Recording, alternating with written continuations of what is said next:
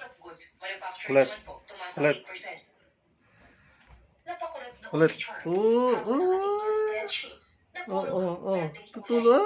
Mataas Naka. na data efficiency ang ipinapakita ng digital dashboard Naka, ng kulit. Plan 4. Pero ang raw data naman ay nagpapahiwatig ng kabaligtaran. At tabi kayo may ano. Sabihin, mas Yakapin maraming mo. ginastos, mas mababa yung Yakapin mo production. yung ano mo. Pero sa board meeting, laging sinasabi ni Mr. Yakapin mo. Alvarez, contract tayo.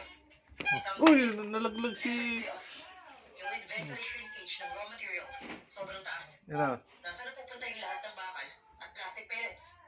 Ulit. Base po sa internal audit nung nakaraang taon, sir, ang Plan 4 po yung pinakamaraming discrepancy sa inventory. Yan na. Pero wala po silang makitang malinaw na ebidensya ng korupsyon. Ang sabi nila, human error daw po sa pagtali. Napailing si Charles. Alam niyang nagsisinungaling ang mga executive niya.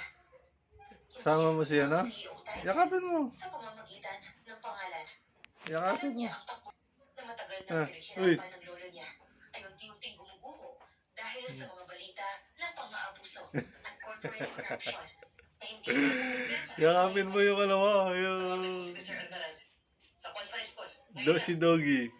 Ilang minuto lang ang lumipas. Doggy! Monitor si Mr. Alcaraz, ang Executive Vice President na in charge sa Tinitingnan niya si operations. Doggy, ano? Ngiting aso itong bumati, pero bakas ang takot sa mata. Good afternoon, Sir Charles. Doggy. Nagkabala pa po kayo.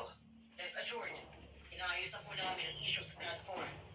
May problema lang po talaga sa worker moral dahil sa mataas na kota. Moral? Mr. Alcaraz, paano tumataas yung gastos sa kuryente? Pero yung machinery maintenance report na pinapakita na zero overtime. Ano lang Tugi. yung 100,000 budget para sa safety equipment bawat buwan. Pero yung mga larawan na galit sa Papakit ah. kalawangin. Oo, tinoy yung buntot niya. Ayun ang gumagalaw. Mr. Alcaraz, Kulit, oh. information po yan. Pwedeng galing po yan sa mga Pakit nagagalit ka na na. union. Alam niyo naman po, sir, mahirap kontrolin yung mga Ano. Huwag mong sisihin sa mga manggagawa yung kakulangan mo, Mr. Alcaraz.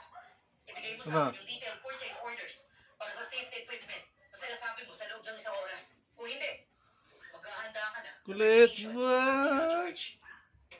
Nanginginig ang boses ni Mr. Alcaraz nang Ikaw magpaalam. talaga kulit ka. Makulit. Susunod po, Sir Charles. Ipapadala ko po agad